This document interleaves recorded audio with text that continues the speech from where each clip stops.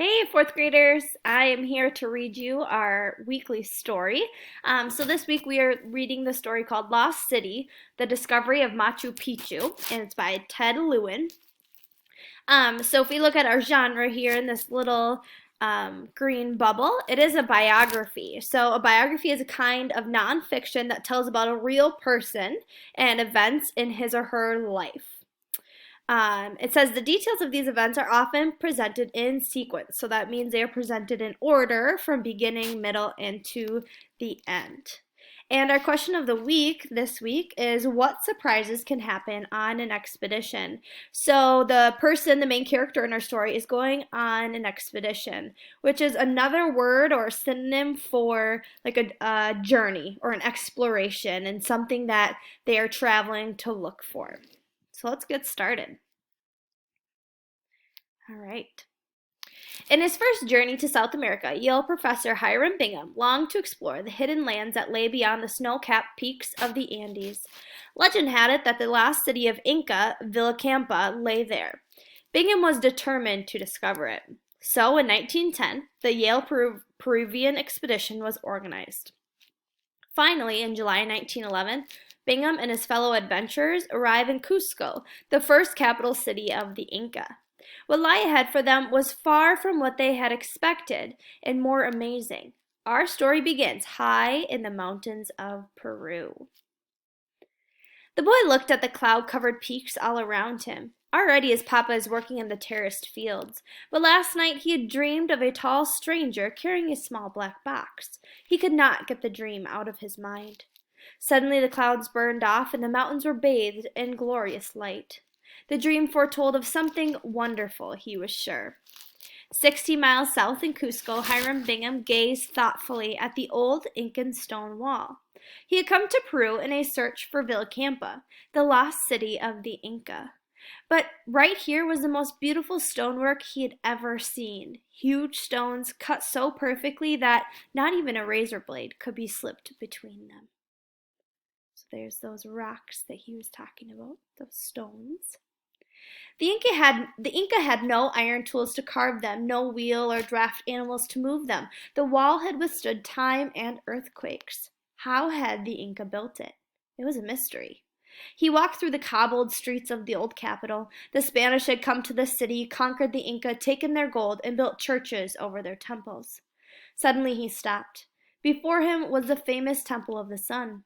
He placed his hands on the sun-warmed stones so beautifully carved, as if they had grown together. Hidden in the mountains, the lost city would be built of stones like these. Would it hold gold and fabulous riches, like the Spanish had found in Cusco? More than ever, he was determined to find that city.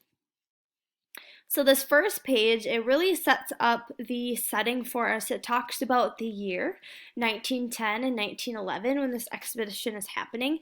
It gives us the place, so it's telling us, it says 60 miles south in Cusco. He had come to Peru, so he was in Peru. The city of Cusco is part of our setting. The next day, Bingham began his search. He would look for ruins that might be the key. He and his party, accompanied by a military escort, Sergeant Carrasco, left by mule train for the sacred valley of the Urumba River. They came to a sleepy old village of Ollantaytambo, long ago in an important city. Its ancient stone terraces stepped up into the clouds. "Are there any ruins nearby?" Bingham asked. He went door to door. He sat for hours in the cantina. "Are there any ruins near here? He asked anyone who came in. "Do you know of the lost city of Vilcabamba?" No one knew of it. Traveling north, the adventurers came upon a remote and wild canyon. Granite cliffs rose thousands of feet above the roaring rapids of the Urumba River. In the distance were snow-capped mountains over 3 miles high. Bingham's determination to find the lost city grew with each turn of the increasingly wild trail. Meanwhile, high on one of these granite ridges, the boy tried to help his papa on the terraces. But he couldn't shake the dream from his mind. Who was the stranger with the black box? When would he come? What was in the black box? Anxiously, he searched the mountains for a sign. Far below in the valley, Bingham's party camped on a sandy beach along the thundering rapids of the Urumba. Days had gone by.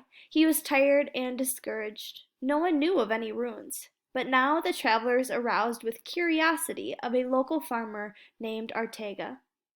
Are there ruins nearby? Bingham asked when Ortega ventured into camp. This time, through the interpreter, the farmer said yes, there are very good ruins on top of the mountain called Machu Picchu. The farmer pointed straight up.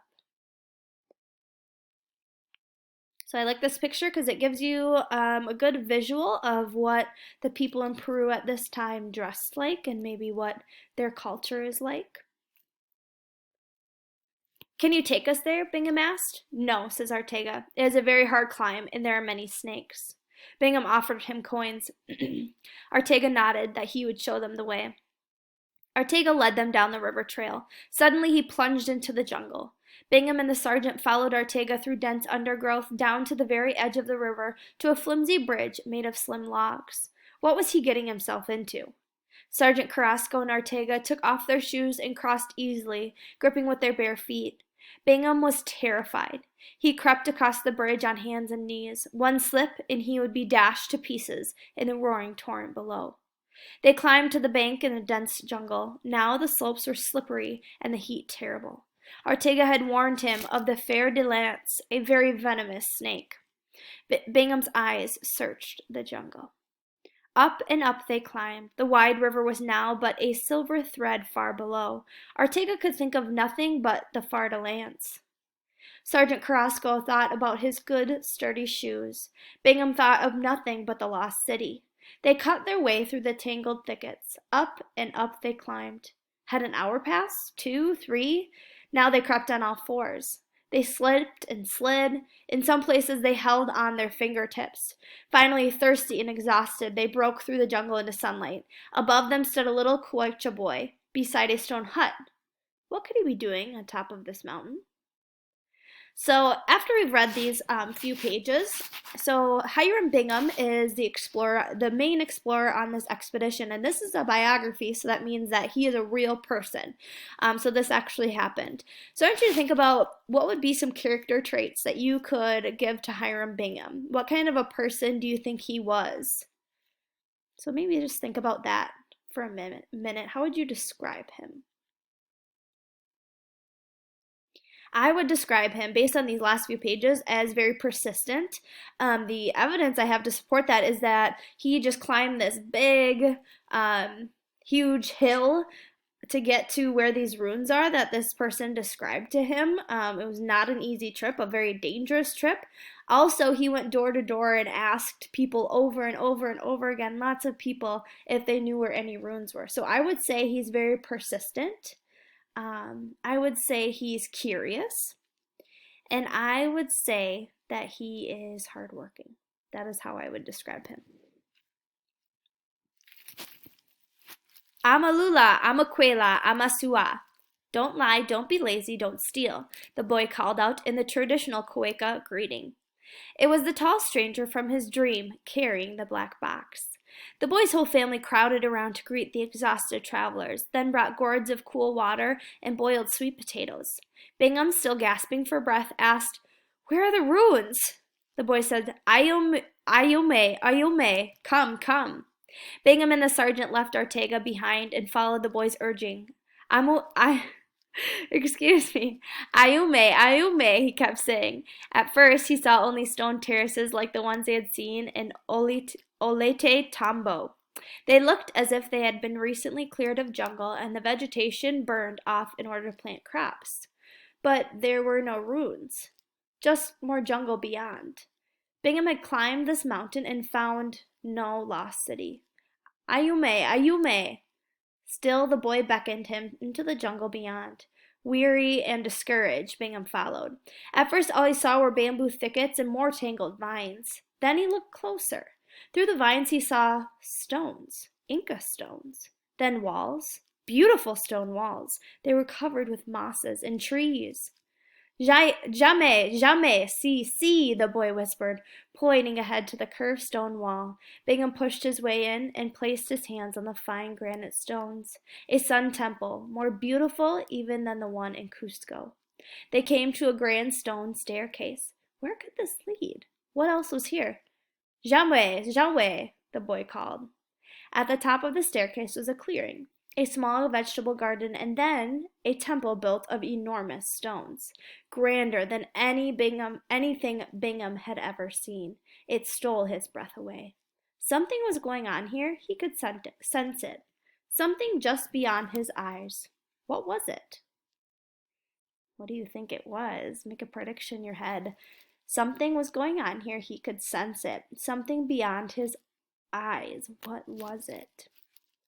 Let's find out. He followed the boy to another temple, as magnificent.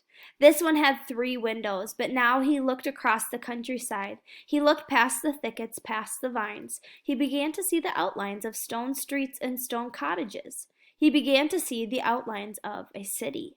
Here, boy, he said, as he opened the black box that he had been carrying, extended the bellows, and focused his camera. The first picture would be of the boy who had led him to Villacampa, lost city of the Inca. But about this, Bingham was wrong. When the vines were removed and the tales told, he had discovered not Villacampa, but a place even more amazing. He had stumbled on Machu Picchu, a lost city in time, a city lost in the clouds. Okay, and then right here, there's a little author's note. Says to research this book on the discovery of Machu Picchu, I first read Hiram Bingham's journal. In it, he tells how a little Quaker boy led him to the site in the jungle. Then I traveled to Peru and followed in Hiram's footsteps as closely as I could. So this week, our reading skill is first-hand and second-hand accounts, and it's kind of like first person, third person. So the way that stories are told. So Lost City, the story that I just read to you guys, that would be a second-hand account. So that was told by this author who was not there when Hiram Bingham found Machu Picchu, but he found a lot of facts and information about it so that he could tell a second-hand account.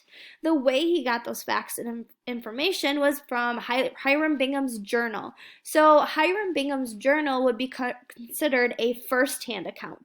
So that is something he wrote because he was there and he was a person who helped discover Machu Picchu. So we have Lost City as our second-hand account, and Hiram Bingham's journal that this author read would be our first-hand account. So it says, I traveled to Ollantaytambo, as Hiram did, climbed the ancient terraces there, and sat in a little cantina, maybe the very one in which Hiram sat. I walked part of the rugged Inca trail to Pisac, and finally arrived at the Sun Gate above Machu Picchu. I also journeyed through the sacred valley of the Urumba River to Machu Picchu, and spent a week exploring and photographing the site and its surrounding cloud forest. And from the high pastures, I witnessed the magical sunset that I tried to capture on the jacket painting. But the day the story began to come alive in my mind was the day I saw a young Cahuenga boy who raced our bus 2,500 feet down the mountain from Machu Picchu to the valley below and won. As he stood dripping with perspiration and chest heavy with exertion, I thought that Hiram's young guide must have looked just like this boy. The most exciting part of working on the paintings was recreating the way Machu Picchu must have looked when Hiram Bingham discovered it, hidden by 500 years of jungle growth. Ted Lewin, which would be our author. Okay, so after you listen to this story, you're going to go ahead and watch some different videos with the links I've given you to learn some more about Machu Picchu and learn more about the Inca culture. So learn more about the Peruvian people. All right, and you're also going to learn more about first-hand and second-hand accounts like I just talked about. So thanks for listening, kiddos. I hope you enjoyed our story of the week, Lost City. See you later.